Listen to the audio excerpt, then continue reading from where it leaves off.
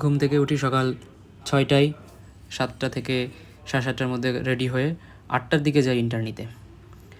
খুব সুন্দর করে ফিটফাট হয়ে সেজে গুজে অ্যাপ্রন পরে বের হই ডিউটির জন্য। ব্যাগ ট্যাগ গুছিয়ে, চাবি, মানিব্যাগ সব কিছু নিয়ে আয়নার সামনে খিস মেরে দাঁড়িয়ে একটু পোজ দিই এবং নিজেকে দেখি। লিফটে করে নেমে বাসার সামনে থেকে বাইকটা নিয়ে রওনা দিই কলেজের উদ্দেশ্যে। গিয়েই দেখা হয় department of gynae and obstetrics.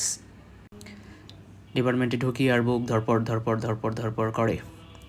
পৌঁছায় যখন 405 নম্বর ডক্টরস রুমের সামনে, ইন্টার্ন হ্যান্ড ওভার বুকটা দেখি কোন ইউনিটে কতগুলো পেশেন্ট আছে, কার বেডে কতগুলো পেশেন্ট আছে, পেশেন্ট রিসিভ করা, ফলো আপ দেওয়া, ফ্রেশ অর্ডার লেখা, এগুলো নিত্য নতুনকার প্রত্যেক দিনের কাজ।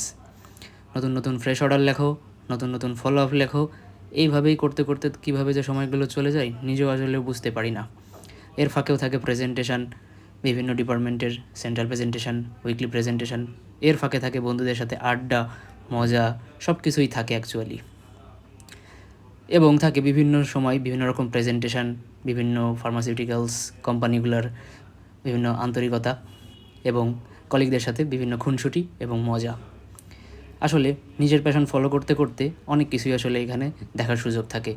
পেশেন্টদেরকে সেবা দেওয়ার পাশাপাশি কলিগদের সাথে আনন্দ, আমার শ্রদ্ধেয় ম্যাডাম এবং আমার শিক্ষিকা যাদের অনুপ্রেরণায় আমরা সফল হতে চাই, বন্ধুদের সাথে আড্ডা, কিন্তু দিন শেষে যেটা ম্যাটার করে সেটা হলো মানি।